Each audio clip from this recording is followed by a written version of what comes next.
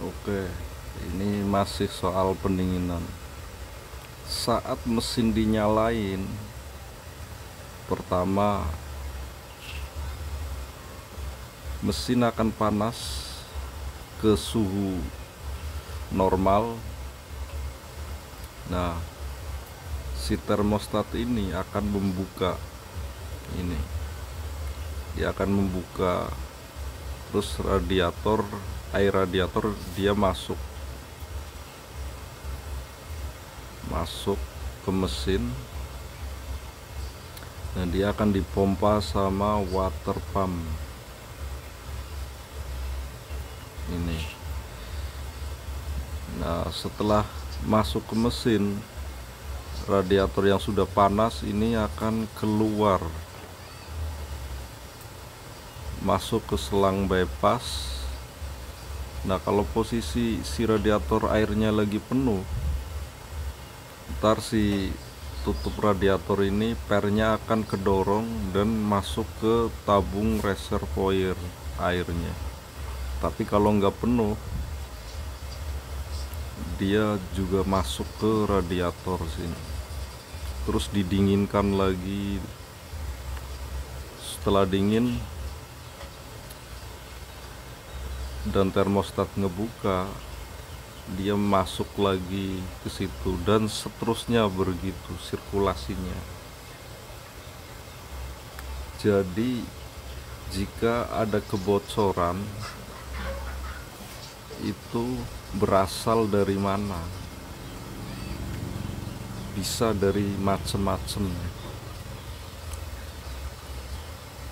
Contoh ini, kalau bocornya dari fisik luar itu sebenarnya sangat mudah. Tinggal kita lihat bocornya dari mana. Contoh dari selang ini bocor, berarti dari selang ini yang bocor, terus di tabung reservoir ini penuh, itu kan udah kelihatan sih yang mampet itu di sini, di radiator. Kebanyakan kan di situ. Kalau bocornya di selang ini, selang bawah, itu bisa dari termostat rusak atau di posisi sini bocornya. Pertama yang dicek itu kunci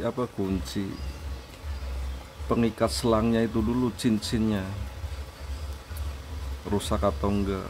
Kalau enggak rusak terus bocor, baru dicek kerusakannya. Ini dipastikan cincin-cincin pengikat selangnya udah normal semua ya. Balik lagi, kalau bocornya di selang ini,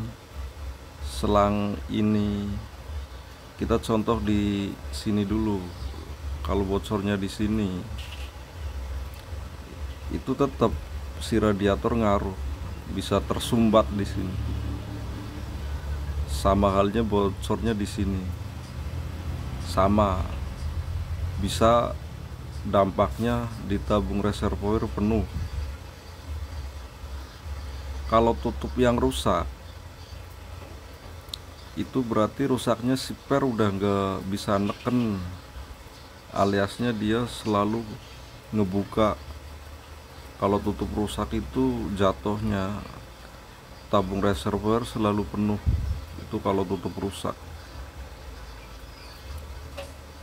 Walaupun si radiator nggak mampet. Kenapa penuh? Karena setiap ada sirkulasi dari mesin, si reservoir itu akan otomatis terisi terus. Walau kadang dia disalurkan ke radiator juga, tapi akan selalu penuh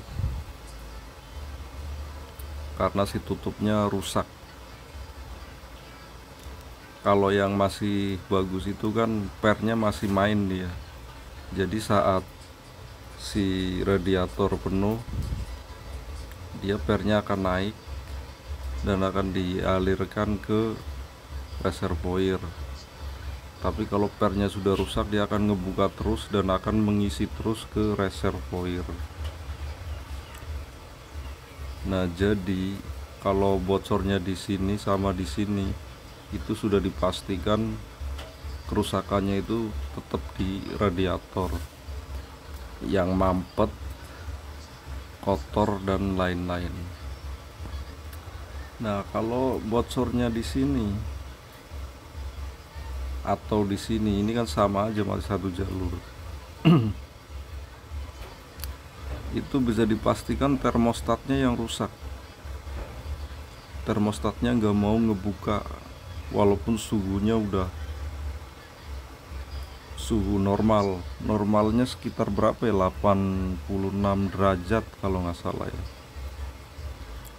Kalau udah ke suhu normalnya, dia akan ngebuka dan akan masuk ke mesin. Tapi kalau rusak, dia nggak mau ngebuka, otomatis si selang ini nggak kuat dan akan bocor.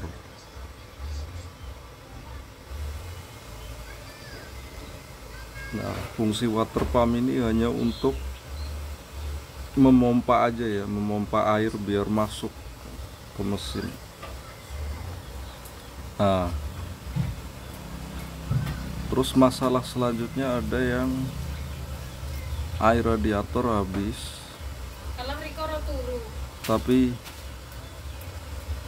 nggak ada kebocoran fisik, kebocoran di sini atau di sini atau di sini, itu nggak ada. Tapi air radiator habis, itu dipastikan di mesin.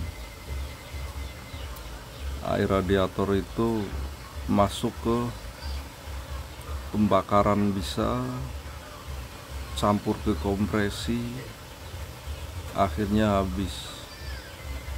Nah, perbaikannya ya bongkar mesin, ganti packingnya, dan seterusnya kayak gitu. Jadi kesimpulannya, kalau bocornya kelihatan dari fisik itu, kita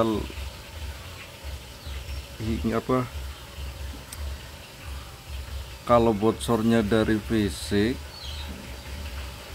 kita melihatnya itu jalurnya sebelum masuk ke radiator atau sesudah. Kalau sebelum ke radiator, itu berarti radiatornya mampet. Tapi kalau sesudah radiator di selang ini, itu kemungkinan di termostat. Tapi kalau airnya habis, nggak ada kebocoran, ya itu sudah dipastikan masuk ke kompresi di mesin. Nah, begitu sudah jelas. Kira-kira cukup sekian penjelasannya.